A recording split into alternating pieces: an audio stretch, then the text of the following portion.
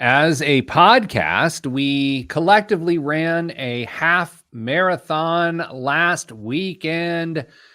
So my teammates for that relay are here with me now, none other than Dad himself, Damian Andrew Dunn. Hello. Hello, Pete. Kristen Elaine Elanius. Hello to you. Hello. It's so much better. So one of us ran a half marathon last weekend. Kristen, I understand it was not me. And no offense, Dame, but Kristen, how did it go? I participated in a half marathon is what I did. To say that I ran it would be generous, but it was fine. The weather was great. The atmosphere wasn't the best for a half marathon I've ever done. I've done, I think, 4 or 5, and this was probably the least fun as far as the people were concerned, but you'll have that. Were you satisfied with your results, whatever they might have been? Yes. Was there walking? There was walking. 13 miles is a long way, gentlemen. I mean, look, are we talking about walking to pick up a water cup to rehydrate, or are we talking about strategic walking? There was strategic walking involved. I think that's great. I think it's healthy. It's smart. Dame, is walking count in running a half marathon? Some people have really strong opinions about this. If you walk, you didn't run a half marathon. You may have completed it, but you didn't run. We're gonna get really into that right now. So I would say if you walked, you didn't run a half marathon, but you did complete it, which is not to be, poo-pooed. It is a major accomplishment. Isn't it different? No, it's no different than I read that book, but what I actually did is I listened to that book. Isn't it the same difference? Yes. I don't think that's the same. So, Kristen, are you feeling you should, in my opinion, you should not feel any less accomplished for what you accomplished? Right. Yeah. Here's my really transparent view on that, which is that if you didn't do it, you don't get it to say. So if you were not someone who participated in any way, shape, or form, you don't get to have an opinion on whether I ran or participated in a half marathon. Dave, Kristen. Hey, Kristen, how long is a half marathon? 13.1 miles. Approximately how many did you complete? Actually, there's a really funny story about that. Do we have time? Wait, you didn't actually complete the what? So here's what happened. The half marathon course was on the same course as at the same time a 10K and a 5K. And motorcycle race. Oh no. Yeah. And at the very end, all of the courses came together. And at the very last turn, apparently the half marathon was supposed to go left and everyone else was supposed to go right. But I didn't look at the map beforehand because it was in an area I'm not familiar with. So I was like, I don't think looking at this map is actually going to do anything for me. Like every race I've ever ran, clearly marked. Not clearly marked. You cut the course. I cut half a mile off the course. So I did not. You're a cheater. I am a cheater. I got to the end and my Apple Watch said that I hadn't run a half marathon. And sometimes those things are off. It's not exact. So I was like, huh. So I go to my sister and my cousin who were there, who had completed the half marathon. And I'm like, did we only run 12 and a half miles? And my sister was like, no. So I had to figure out how I cut the course off, and we were looking at the map, and I'm pretty confident that that's what I did. Had no idea in the moment. If you're just joining us now, you're listening to Cheater, Peter, and Dame, the financial radio. Kristen, I know. You cheater. I cheated. And the thing is, you guys, I'm such a perfectionist. It bothered me all day. I couldn't let it go. What a fraud. I know. I am. I'm a fraud. My medal, I should give it back. Dame, how many marathons have you completed? Half marathons, I should say. 0. Really? Yeah. Why would I do that? I don't know. That's a good point. Not really on brand for you. No. I think I've done 4 or 5, and never cheated. All right. Although Mrs. Planner says listening to music while you're running a race is cheating. She's not great. She's not great. What if she just listened to like the cries and groans of people around her? I mean, what? I don't get it. She locks in. She used to think sunglasses were cheating. She's hardcore. She was an All-American runner in college. She's a mess. Sunglasses. Has she ever ran barefoot? Because that's cheating. Good question. Running with shoes is cheating. Fair. Okay, you know what? Dave, feel free to take it up with her, okay? Sure. And good luck with that. Sure. Steve says, speaking for myself, I walked part of the St. George 70.3 running portion, and I was very disappointed at myself. 70.3 meters is not that far. You shouldn't have to walk, Steve. Did he mean miles? He meant the half Ironman. Wow, Steve. That's huge. All right. Before we get started, fun show today, Thursday show. Tomorrow's Lake Day at your money line, where a portion of people who are centrally located go to a lake and wear swimsuits. I'm uncomfortable with that. I will have on a long-sleeved UV protective shirt, and I will not be half nude in front of my coworkers. Is that fair? Yeah. Yeah, it's actually fair for everybody. Yeah, but you've probably lost like 15 pounds on Weight Watchers by now. 14 in 24 days. I actually emailed my doctor this morning. I said, that was a lot. Never mind. Doesn't matter what I said. It's a HIPAA violation if I were to talk about it. Also, it has come to my attention that certain people are listening to this show and then dry snitching to others about the content of this show. What? So if I'm going to slander a man's cat, you cannot go to that man and talk about his cat that it was talked about on the show. Do we understand ourselves? What is dry snitching? I think you're probably referring to something I didn't do, but I'm guessing he's pointing at you, Christy. We have come to it's come to our attention that there are cat guys here at your money line. There are two. One of said person who doesn't listen to the show had a friend tell him that we talked about his cat Lana on the show. And now he's coming to me saying, why is there Lana slander on your show? Well, you're not saying it was one of us. No, it wasn't you. I'm just saying, I'm talking to the audience. Right now, I am talking to the listener. You can't talk about what's on the show. It's Fight Club. You can't talk about the show to anyone who's not listening to the show. I don't think that's how marketing works. Whose cat did we even talk about? A certain finance person. Yeah. I don't remember that. Really? Oh, man. Okay. Let's do the show. I don't. Okay. Let me get my. Don't pull up the calculator. Oh, I almost did. That was crazy. In 3, 2, 1. This week on the Pete the Planner Show, we answer your money questions. Here's how the show works. You email us, askpete@petetheplanner.com. That's askpete@petetheplanner.com. We may email you later. We may email you back. Meow. Kristen Elanius joins us. Damian Dunn joins us. Kristen recently participated in a half marathon this past weekend. Kristen, has the soreness subsided? Yeah, actually, I really wasn't as sore as I expected. Dame, living vicariously through our co-host and leader, Kristen, has your soreness subsided? Yeah, but I would expect that if I only covered 12 and a half miles. When we did 30 seconds of show prep this week, it occurred to me that there was a very, dare I say, controversial take on student loans put out there in the ether.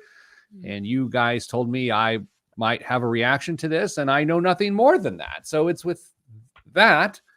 Dane, what was said about student loans in the last week or so that have people up in arms? At a recent event, United States Vice President Kamala Harris spoke about the importance of homeownership. According to Harris, we know that homeownership is probably the most effective way to build intergenerational wealth. Harris recommended using that intergenerational wealth to your advantage in a way that may not be immediately obvious. Quote, as a parent, then as a homeowner, if you have some equity in your home, then you can say to your child, don't take out the loan, she said. I'll take out some of the equity to help you pay for tuition so that you don't graduate with extraordinary student loan debt. And so when you graduate, you can do your dream job. End quote. This can't be real. There's video. Watched it myself. Watched it with my own eyeballs. Okay. Disclaimers. No. No, there's got to be a couple disclaimers. Number one, if you have paid for your child's education via home equity loan, the reality is you did what you had to do. And it may not have been your preference to do that, but it's what you did. And great. Number two, whatever comments I'm about to make are no longer it's not necessarily political in nature. Number three, what? It's a terrible idea. It's a horrible idea. It's a terrible idea. This is where I get concerned. Is number one, Dame, you and I have actually talked about this for years about this, home ownership being an American dream and how politicians on both sides will often promote home ownership because it makes the economy go up and it feels like people are thriving. But to then say, go do something that's inherently a really bad idea for what? It doesn't even, why would you say that? I don't know, because you don't fully understand the issues at play here. Yes, intergenerational wealth is important. It can be a huge springboard. Putting yourself at risk of losing your home is never a good idea. Once upon a time, you might have argued that this was a little less bad of an idea when you could write off the interest on a home equity loan for stuff like this, but you can't anymore. So that just goes right out the window. And home equity loan rates are higher than student loan rates. Correct. Yeah. And the only thing, the amortization, let's think about this for a second. Would that impact this?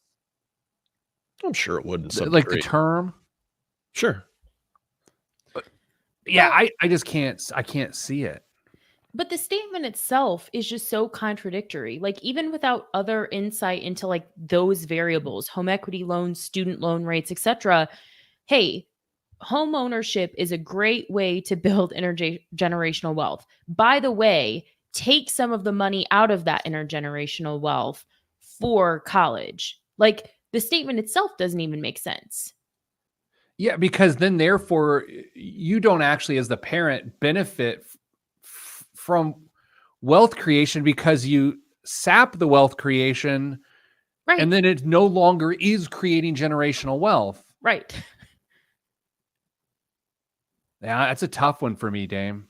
I saw it and I sent it to Kristen and I said, man, I wish Pete would be able to play audio on our show. We could, I guess. But we read it, and I think I probably read it in a more dramatic way than it was actually spoke. So I'm happy with it.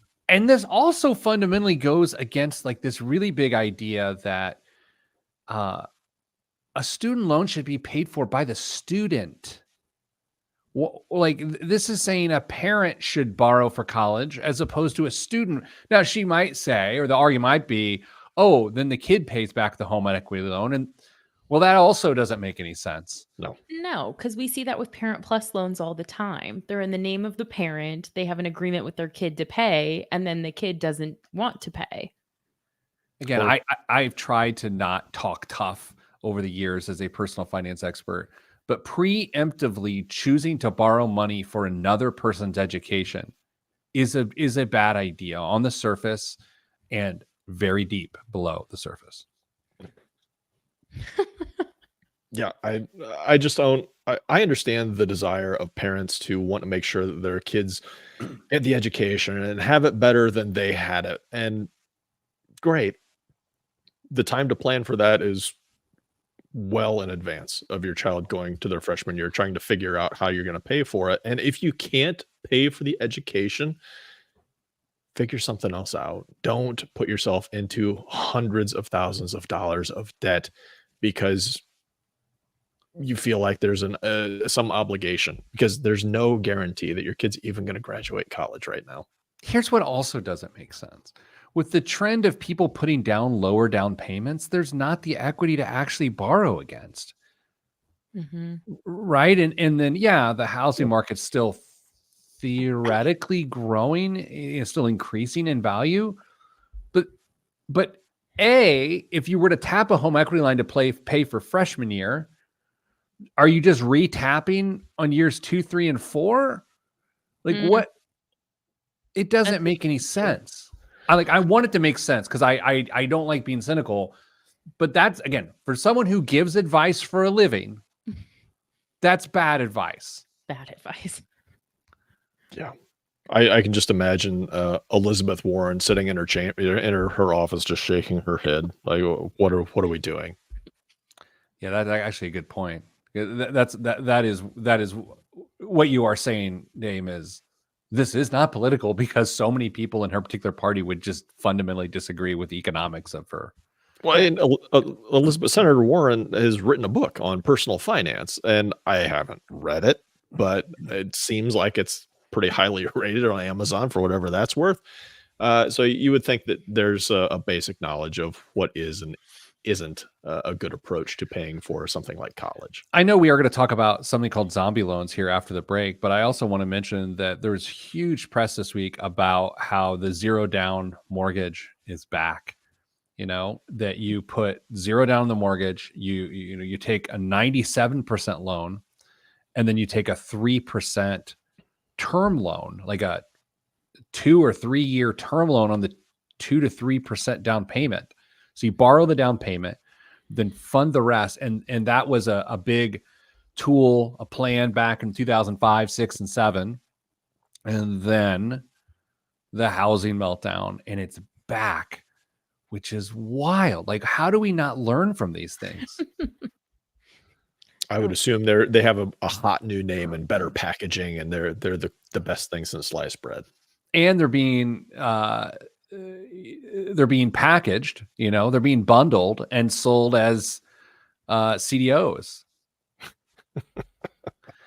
Anyway, well, this week we started the show with complaining, but after this we move on to different complaining. Zombie mortgages. What are they? How can someone come back a decade and a half later and say, oh, that mortgage that you thought you were no longer responsible for, you are responsible for it, and you owe the money to me, and you've never heard of me. I've never sent you a statement, and the interest rate is higher.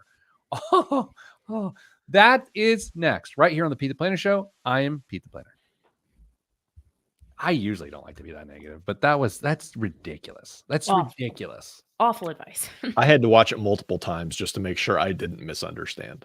Did you listen to either side of the comment? Like, was there context that we weren't read into? Do you know? I mean, let's just be as fair as we can be. Wasn't the beginning of the quote the start of the response, Dame? I think they so. like asked her a question, I think is how that, it may have cut her off early, but I'm pretty sure the start of the clip was like, we asked you this question. What is your answer? Because even if you're saying, well, for people in a worse economic situation, this is a good thing to do, I would just disagree. You've got a lower rate with the student loan, and I can't see it. That argument falls apart even quicker because the lower your expected family contribution, the more likely your student is to qualify for Pell Grants, subsidized loans, etc. So use those dollars at lower cost institutions. Like the home equity shouldn't even have to enter that conversation. Can you read it again? Please hold. Sorry. I wish I could do a really good impersonation, but I can't. No, that would seem offensive. So let's just read the comment. As a parent, then as a homeowner, if you have some equity in your home, then you can say to your child, you know, don't take out the loan. I'll take out some of the equity to help you pay for tuition so that you don't graduate with extraordinary student loan debt. And so that when you graduate, you can do your dream job. Now, by the way, can I just say, in the spirit of disclosure, my dad borrowed from our home to put me through college. Like he did. That's the situation. And he was a business owner. So Dame, as you know, with a business, the balance sheet looks a little different in terms of liquidity. And so it made sense, and it made sense at the end. But it wasn't like for years we decided to buy a home so we could use it to send a person to college. So it was, in fact, how I was put through college, in full disclosure. But in today's housing environment and interest rate environment, all those sorts of things, like for it to be the strategy going in is not a good idea. Nope. No. And no, I'm not closing the door behind me. All right. Who wants to describe zombie loans? Not everybody at once. You'll talk over each other and the audio will be bad. I will, but I have questions because I was a mere child Oh, jeez. during the housing market crisis. This is so stupid. Oz, if you're listening, I'm filing a complaint after the show. I feel that was very passive aggressive. Okay, well, let's make fun of her on the air in 3, 2, 1. Back on the Pete the Planner show. Whether you're of normal age or so young that you don't understand things, welcome back to the show. Kristen, speaking of, Kristen during the break was making fun of how old Dame and I were, so it's only fair to slander her on the air. Anyway, Kristen, zombie loans. Help us understand what they are. So zombie mortgages, I saw this piece on, I believe, NPR, and then saw it a few other places as well. And I just want to introduce the concept first, and then we can unpack the reality of this. Oh. Can I get a timeout? Oh, sorry, I wasn't paying attention. Yes. Sorry. Yes. Dame, if she got this from NPR, we are gonna need her to read this in an NPR voice. Oh, I yes. will not be doing that. No, yeah, it's required by law. Go ahead. Okay, funny. So thousands of Americans are at risk of losing their homes over what's being called a zombie mortgage, where all of the sudden they are getting these notices, whether in the mail. One woman claimed that they were auctioning her property in her front yard and she had no advance notice because apparently there were balances on loans against their home that they didn't know about. And how can you have a balance on your home that you don't know about? So that's a phenomenal question because first of all, that would that suggest that we've never refinanced along the way? Well, because if you're going to refinance, and again, I'm going to use words incorrectly here. Like, aren't there liens and whatnot in terms of like you run your credit report, you would see them on there.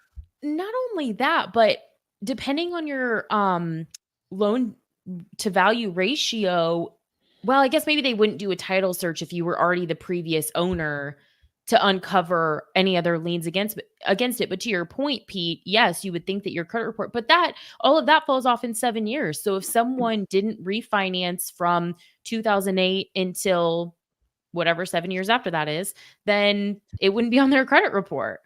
So basically, Dame, investors have been going in and buying these debts and for pennies on the dollar, and then going to collect those debts. That is as old as as time itself, right? Like that is a tale as old as time. Is that what I'm trying to say?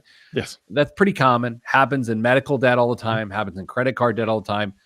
Actually, happens in subprime mortgage lending all the time.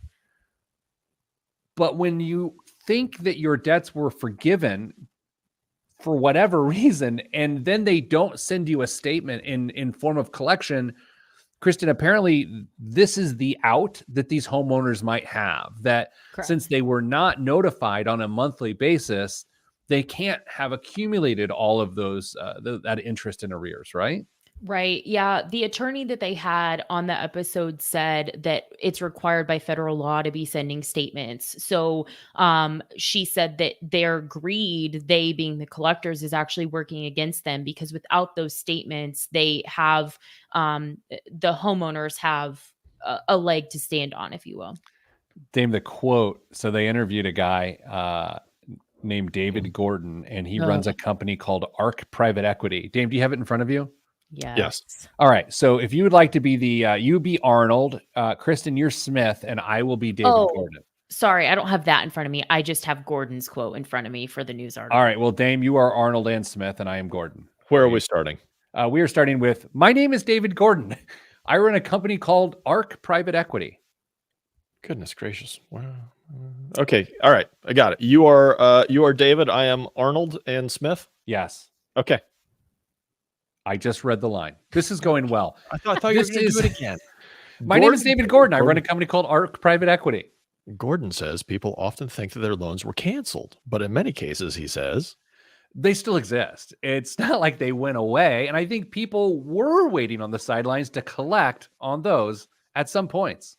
They were waiting because if you foreclose on a house, the first mortgage gets paid back first. Any money left over goes to the second mortgage. So back to the housing crash, homes weren't worth enough to even pay back the first mortgage. But home prices are up. That's why there's more money for the debt collectors to go after. If they foreclose now and sell the house, there's enough money to pay back both mortgages. Nothing is free in this world. And if you signed up for a loan, you know what you signed up for. It blows my, it just, it is what it is. You slimy son of a... Yeah, okay, then cut. First of all, Dame, great NPR voice. That's what I was looking for. That's really great. Wow. What's the chances his guy's friends call him Gecko, Gordon Gecko? Private equity earns its stripes, apparently. So, Kristen, that is a nightmare that you think your loan is gone for a very long time, and all of a sudden it's back. What could prevent this from happening to people? Like, let's talk about, like, how can you prevent this popping off, and then there you go. Well, that's actually a really great question, because in the piece they talked about there's not a database to just search for this. And who knows whether the institution you were working with from that long ago even has those records. So that's a really great question, is if you still are in the home that you had during that time and there was some sort of modification done to the loan, I mean, maybe starting there. Yeah, I just keep going back to the credit report, Dame, and then looking at adverse section. But Kristen, are you saying it would have fallen off by then? Yeah, because we're so far beyond that. Oh, David. Dame just sent a picture of David Gordon, managing partner, standing in front of yachts. Correct. Mm-hmm. Did you read his bio too? I think I must on the air and again, this is I'm just public reading information. I'm just reading. Mr. Gordon has over 15 years of extensive investment banking experience, from servicing rights valuation and trading at Lehman Brothers, trading mortgage assets at Morgan Stanley's loan origination desk, to securitizing over $10 billion of mortgage-backed assets annually. David brings his unique expertise at analyzing, buying, and selling investment opportunities. Morgan Stanley, the platform, was recognized as one of the top 3 mortgage conduits in the country during his tenure. He's standing right there in front of a yacht. So nice one too. If I may. Oh, of course. In his defense, you absolutely should know what you're signing up for. Yes. However, let's also remember the time in which this was happening to people, that modifications were being pushed, and that now 15, how many years ago was that, gentlemen? More than 15 years after the fact, the internet now is not what it was then. You cannot just Google these things and find the information to the degree that you can now. It's not fair to hold people to the access to information that we have now from 15 years ago. I just don't understand, how did people not have a paper trail? If they thought their mortgage was forgiven or modified, I would expect a stack of papers to show this. No. And they walked out of an office without any, they just got a phone call and said, "Hey, it's being taken care of. Don't worry about it." And they said, "Great." And they moved on. No. I would not expect people to. I wouldn't have kept that paperwork. I don't keep any paperwork. But Kristen, to be fair, if you thought you had a loan forgiven or you were in this situation, would you not have kept it? It's not that they thought their loans were forgiven. It's that they thought the modification paid off both the first and the second mortgage. They thought it was all wrapped into one new product. So it's not like they thought they were getting any free money. They just thought that, hey, this is the one thing we pay now. But there's paperwork. You can't do anything with mortgages without paperwork. I will have to say to this, though, the saving grace is the fact that interest was charged in arrears without notification on a monthly basis of that interest being charged. And that apparently, they're calling it the crossbow or the silver bullet to slay these zombies, that is the way to actually get out of it. All right. Fantastic. More of this debauchery right here on the Pete the Planner Show. I'm Pete the Planner. I should have turned off Slack. Aren't silver bullets for vampires? Werewolves. Werewolves? Dame, I'm not a nerd. I don't know how fake monsters are killed. You say fake. I am a nerd, but I'm not that sort of nerd. I'm a numbers nerd, not a fantasy nerd. Mrs. Advice is calling me. Should we try and put her on the radio? Nope. No. No. Negative.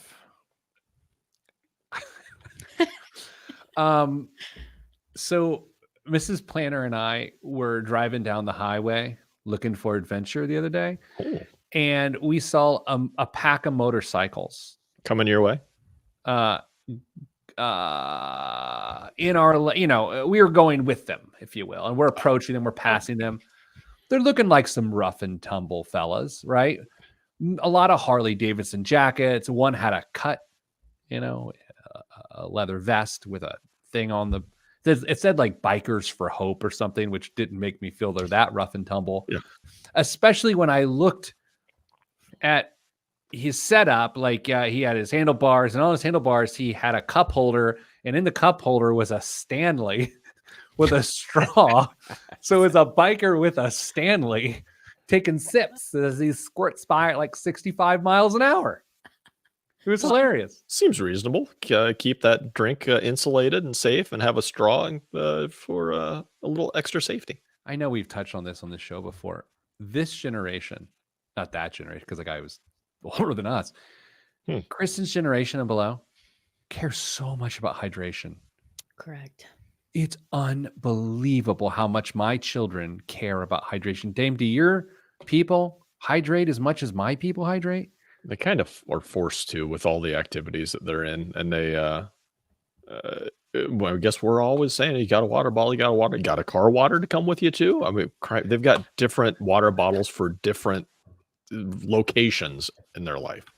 Yeah, Mrs. Planner will send the kids to school. Oh, here's your water bottle. Thanks. It's like, what? Yep. Dame, I want you to imagine your parents sending you to school in 6th grade. Dame, oh, Damien, Damien, here's a vessel filled with liquids. Go learn. Yeah. No. I call this my emotional support water bottle, and it goes everywhere that I go. But to be fair to my generation, I think it's because we were told like not to drink water. We spent our whole childhoods being dehydrated. And then when you were able to go to the drinking fountain, there was like a little song that we sang, and it was like something about like 1, 2, 3, you're done. Like, and everybody just had to like keep going. That's a generational banger right there. Thinking about like playing Little League games is like, I need some water. Pitcher, not a. Well, no, like I need some water. Like, here's a refill, clearly Canadian bottle. Just go take that, and here's your water. We had a garage fridge, that was filled with Mountain Dew, just filled, and Diet Right, and RC Cola. RC Cola, yeah. Yes. And water, not water. Definitely not. All right. That comes out of the hose in the yard. Didn't do that though. You didn't? You didn't drink out of the hose? Not at the lake that I grew up on. I know I said this the other day on the show, and I just have noticed it more and more and more. Literally everyone I know is selling nominally priced items on Facebook Marketplace at this point, and I can't get over it. I don't spend a lot of time on Facebook. I put the show on Facebook, and every time I pop on, someone's selling like a dollhouse chair for $4. And I'm like, why are you spending? I'm like, again, it sounds like, oh, maybe they need the $4. I know who these people are. They don't need the $4. I don't get it. Just give the chair away. But you're going through the same effort. Not really. You go to Goodwill, or you set up a chair in your yard for your chipmunks. Like it's the same thing. Yeah, I don't know. Okay. Cranky. A tad. I am. It's Thursday. I don't usually feel good about my life until Friday mornings. And then it's like a 3-hour window. Lucky us. Yeah. So true. All right. In 3, 2, 1. Back. back on the Pete the Planner show. Those personal finance authors are just out there to get your money. How do I know this? Thanks for your purchase. All right, Dame, there's a book that is very popular amongst the set of whatever. It's called Die Broke, right? Is that what it's called, Dame? Close. Die with zero. Die with zero. Someone asked us a question on the show, and I will read said question. I recently read a book called Die with Zero, Getting All You Can from Your Money and Your Life by Bill Perkins. After hearing about it from friends, man, what a great read I'm doing. I understand this book might not be for everyone, but it really helped give me a new perspective on financial planning since my spouse and I tend to save a lot more than we spend and live significantly below our means. I would like to hear your thoughts on the Die with Zero concept. So Dame and I turn to none other than ChatGPT itself to summarize the book so we didn't have to read said book, because who wants to have a discussion about a book they hadn't read since I'm no longer in high school English classes? Kristen, what percentage of the assigned reading in your high school English class did you do? And what percentage of the class discussion did you personally own? Damien rolled his eyes because he already knows this answer. Okay. The answer is that I read 100% of it. Okay. And the answer is that I, along with a few of my friends, were always called on as people because the teacher knew that we had done the reading. So lots of participating in the discussion. Dame? Same question? Same questions. Less than 50%. Okay, fair. And if I read it, I actively participated, but I tried to hide as much as I could if I didn't. I think it was a normal approach for a high school student. Before I answer, I just want to say I'm married to a high school English teacher. Yeah. And she knows what I'm about to say, and this is why she does not care for me. I read about 13% of the assigned texts in both high school and college, and participated to the tune of about 92% of class discussion. And that is why I'm a terrible person. Anyway, speaking of summarizing other people's works, Dan, we're going to go through and we're going to hit the tenets of Die with Zero. And then I'd like you to evaluate how much it just falls in line with other random personal finance books, including yours truly. So let's begin with concept number 1, live rich. Die with Zero. The main idea is to focus on living a rich life full of experiences and memories, aiming to use up all your financial resources by the time you die. The author argues that accumulating wealth for the sake of leaving a large inheritance is not fulfilling as living a full life. Dame, Kristen, is this different than other things you read? I think so. We just talked about intergenerational wealth earlier, and this kind of flies in the face of that. Frankly, this would give me a huge amount of anxiety because there's only a couple ways when your time is going to come, and that's not how you want to try and wrap your life up, I think. So this is not my preferred method of going through your accumulated wealth in retirement. So, Kristen, would you agree that this concept in itself is a bit of a maverick compared to other financial advice? I would definitely agree with that. I don't think that this is the common opinion. Now, let me say this. If you had a pension and that was your source of income in retirement, this might potentially be feasible. These days, not so much. Really good point. Concept 2, time bucket your money. Man, I wonder if anyone... Would I be upset as an author if someone ran my works through ChatGPT and then just gave away the farm on the air? Well, there's no way we're going to make it through all these, so we're not giving away everything. Perkins suggests dividing your life into time periods or time buckets and planning experiences and spending accordingly. The idea is to match your spending to your physical and mental capacity to enjoy different experiences at different ages. Kristen, is this a hot, fresh take, or does this exist in other financial planning books? I think it does exist. I had a professor in college who used to call retirement your 3 phases: the go-go, the slow-go, and the no-go. So I don't think that this is wildly unique. Damn. Yeah, I think this is a good approach to trying to figure out how and when you might be spending your money. And it's not going to be a steady decline. Go, absolutely, because you're going to go enjoy life. Slow go, you're not going to be doing much of anything. Hopefully, you're not driving on the road. And no go, you're going to be spending more money than you think because it's going to be medical expenses. So it's going to be a little bit of a parabola there. First time in show history, parabola has been spoken. Awesome. Congratulations, Dame. Concept number 3, optimize spending for life satisfaction. The goal is to spend money in ways that maximize life satisfaction. This includes spending on experiences rather than material goods, as experiences tend to provide lasting memories and happiness. Kristen, fresh take? I mean, so I think it used to be and now it's not. And now people love to say, like, you can't put a price on memories or whatever. But as someone who likes stuff, let me spend my money on my stuff if I want. Dame? I think this is really close to what another financial face says, Ramit Sethi, who author of I Will Teach You to Be Rich.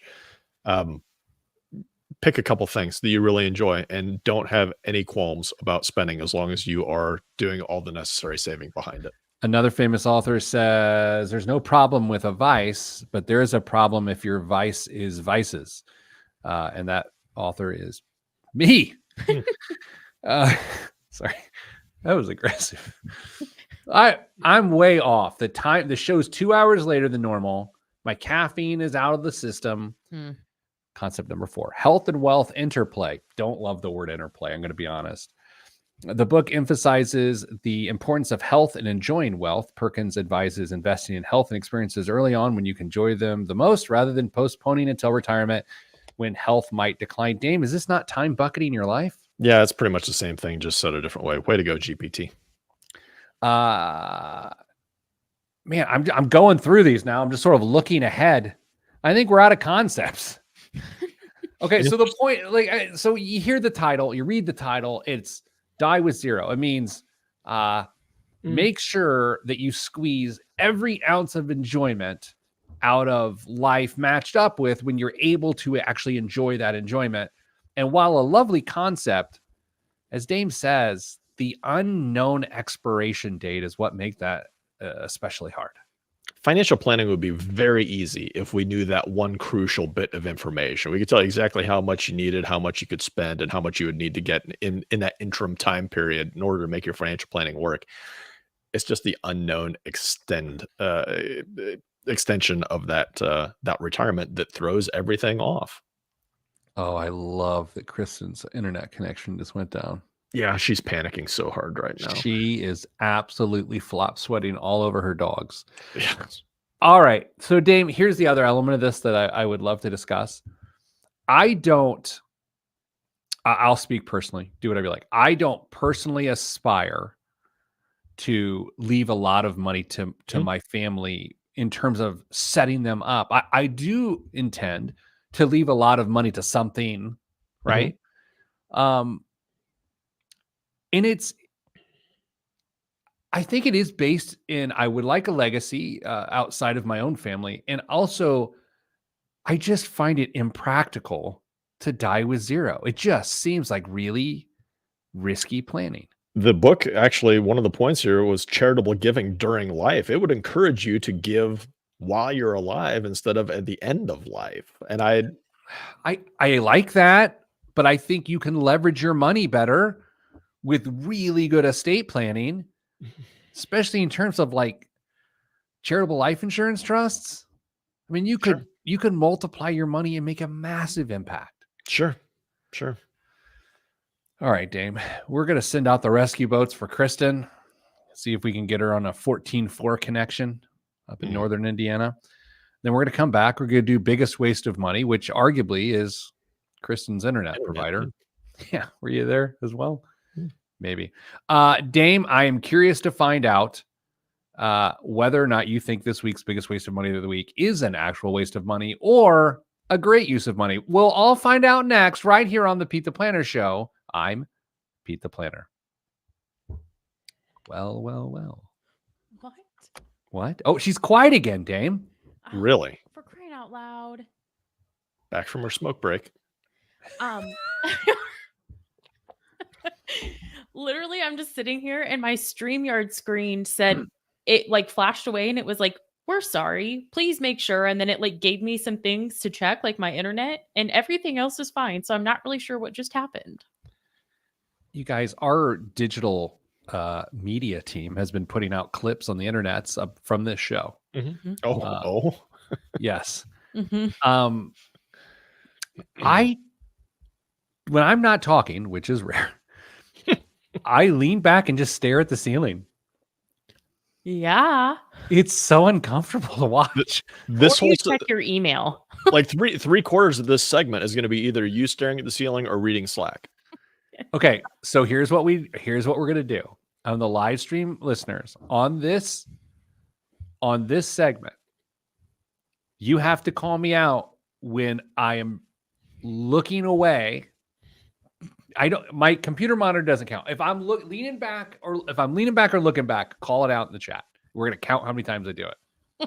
Excellent. Well, it's not going to be that many times because you do it for like the whole segment. It's just going to be one long stare. It's like I'm asleep in court, you know. I've been sleeping so well recently. Really? I am averaging over 4 hours a night of deep sleep, which I've never done. The most I've ever done on average is 2. Wow. According to your Whoop thing? Yeah. Whoop, there it is. Thought you knew. Oh. Kristen, do you know the song Whoop, There It Is? Yes. Okay. All 4 of us on Facebook. Thank you, Chris, for pointing out how many people are joining us. Well, it'd be really embarrassing if the 4 of you don't get it because we'll know who to go after. All right, let me do this thing. And ready? Here we go. In 3, 2, 1. This week's biggest waste of money of the week right here on the Pete the Planner show is Coop's Original Hot Fudge. It's hard to beat cold ice cream topped with hot fudge. Time out. Granted. Dame, is that true? I don't think there's any truth in that whatsoever. Kristen, I feel like it's pretty easy to beat cold ice cream topped with hot fudge. Very easy. That's not a superior flavor. Unfortunately, most molten chocolate topping is a mysterious mix of high fructose corn syrup, cacao, and coloring agents. Coop's Original Hot Fudge fights back against the foul arrangement with a simple ingredient list that's just 6 items long and completely natural. Despite the wholesomeness, it's still the gooey, rich topping we expect and arrives in a wax-sealed jar like Maker's Mark, just way more kid-friendly. That's Coop's Original Hot Fudge. Kristen, how much is bespoke hot fudge?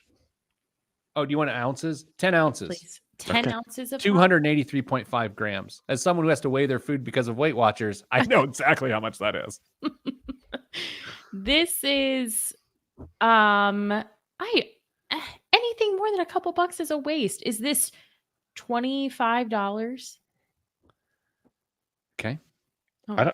I don't even know how much the corn fructose syrup laden version of hot fudge is, let alone the au naturel version. So I will say $26. $15. But here's the thing.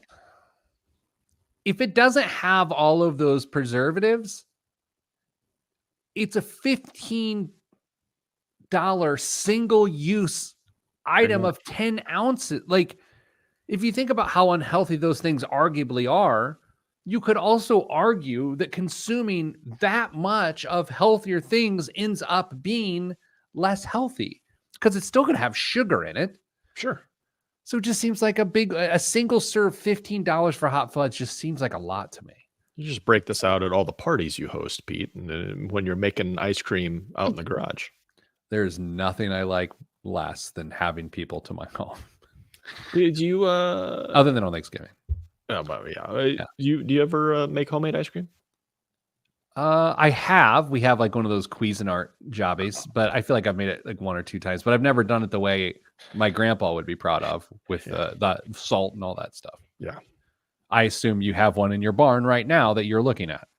Not that I'm looking at. We have 2. Yeah, of course you do. Dame, what is in the news this week as I try to keep my eyes forward and focused and ready to go? Live Nation confirmed in an SEC filing that it was investigating a data breach that affected 560 million Ticketmaster customers. According to Cyber Daily, the hacking group Shiny Hunters claimed responsibility and is selling the data for $500,000. No word on if that includes additional fees and surcharges. The information for sale contains credit card numbers and ticket purchase history, but likely does not include passwords per the New York Times. $500,000? That seems low. Seems low. Wait a second. You're committing all this crime and your hostage note says $500,000? Yeah. Yeah, the risk reward is the relationship there doesn't seem to pass the sniff test. Sounds like the hackers are a bunch of 8-year-olds. You know what? We're gonna steal this. You got to give us $500,000. Bummer. Yeah. I don't know. Dame, what's your go-to ransom amount when you steal things? It would have been $1 million, but with inflation, that's just crept up. Kristen, when you steal valor by cutting a half marathon course, what is your ransom amount? This weekend it was some very mediocre grapes. Did you receive a medal for completing the course? I did. Stolen valor. Stolen valor. You guys, it kept me up like all night. Well, have another night of poor sleep. That is stolen valor. And it happened right here. Dame, what else is in the news? I just wish that medal was on her bookcase in the background. Yeah. that would've been Stolen amazing. valor on display. A couple fishing with magnets in a lake in Flushing Meadows, Corona Park, Queens last week reeled in a surprise from the murky depths. A sealed safe. But unlike Geraldo Rivera blasting into Al Capone's vault, James Cain and Barbie Agostini weren't left empty-handed by their find. Upon cracking the safe, they found 2 stacks of $100 bills totaling about $100,000. The kicker, with no missing money reports tied to the cash, the police allowed the couple to keep every penny of that mob money. I mean, they're fine. They now plan to take the deteriorated money to the Bureau of Engraving and Printing in Washington, D.C. to start the currency redemption process. And with their newfound wealth, the two hope to fulfill a lifelong dream of buying a home for their family of 5 in New York City. The good thing is they can take all 3 of their children and put them through college with a home equity loan. Now they'll have the ability to, yes. Yeah, that's great. Nothing? Not even a facial reaction from either of you? I made like a face. Thank you. What else, Dame? Oh gosh, I haven't seen. Let's do this one now. That the Affordable Connectivity Program has officially run out of money, lawmakers and advocates continue to debate the best way to subsidize low-income Americans' internet bills in the future. One trade group says the solution is, quote, staring us in the face, make big tech pay for it. Can I get a timeout here? Yes, granted. What? Can you imagine any other service or good where if people can't afford it, they said the manufacturer had to pay for it for them? Oh, can I get a bit of clarity? It's going to be argued. It's going to be argued that this is a utility. I'm 100% sure. Yeah. Right. But Kristen, As a what was being paid for originally? discounted internet access. So the cost, not the installation. Yeah, just the Because I thought it was more about like providing access to lower income and rural communities, not necessarily subsidizing the ongoing maintenance of those services, which I feel are 2 different arguments. Can I come over the top rope with even a more intense argument? Mm-hmm. As much as I think free stuff's a little wild and it starts to feel a little like socialism, internet is like the great equalizer. I think it like provides upward mobility. So I kind of don't have a problem with this. The USF, the University of South Florida. Yeah, Universal Service Fund Oh. is a pool of internet access and affordability subsidies formed in 1996. It pays for connectivity in schools and libraries, communications infrastructure in rural areas, and low-income phone service through the mandatory carrier contributions. However, the system was widely recognized as being outdated and overburdened as it supports a growing number of modern communication services. Same. See, Yeah.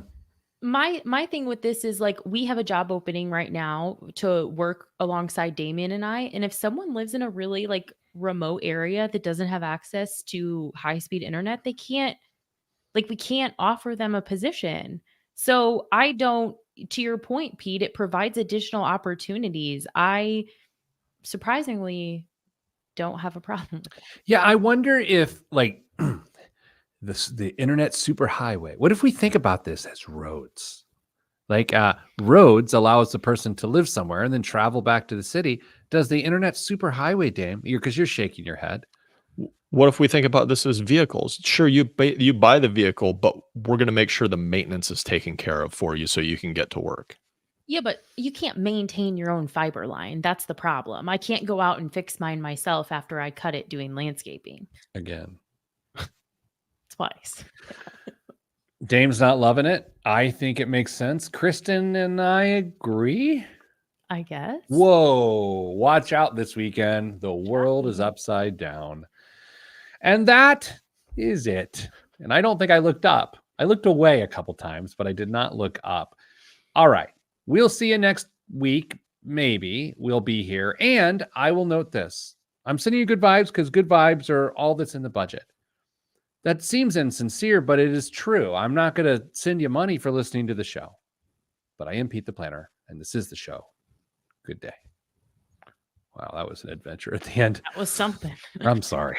I mean, look, you can't expect me to be Mark Twain all the time. We got one post-show guessing game for you. Okay. Now, great. The share of super commutes, that is 75 miles or longer for work since 2020. Higher or lower? Hi. Lower. Higher. By how much? Percentage? I don't know. Maybe he was going to make us guess how many people. Like the increase in share of those. So Okay. not how many miles, but how many more of those are we seeing versus 2020? It's not that hard. I just guess. 5%. Higher. 32%. How? Why? I was gonna What? guess 18. Why would you Oh, do well. that with hybrid work? Hybrid work schedules and rising housing costs that have prompted some workers to move further from the downtown are fueling the trend. Jeez, 75 miles is a long way. I don't know if you know about math. Okay. Are any? I know I have yet to look at the summer schedule. What was that? And I don't know. I haven't looked at the summer schedule that you guys have prepared, so I don't know who's going to be here next week. I Kristen am is not gone, here next week. Okay, so Dame is. as far as I know. Yes. I mean, all right. Have a good time, Chris. KSVA, Kristen Stolen Valor Elanius. I love it. It's true. It is true. All right. That's it. Stay getting money.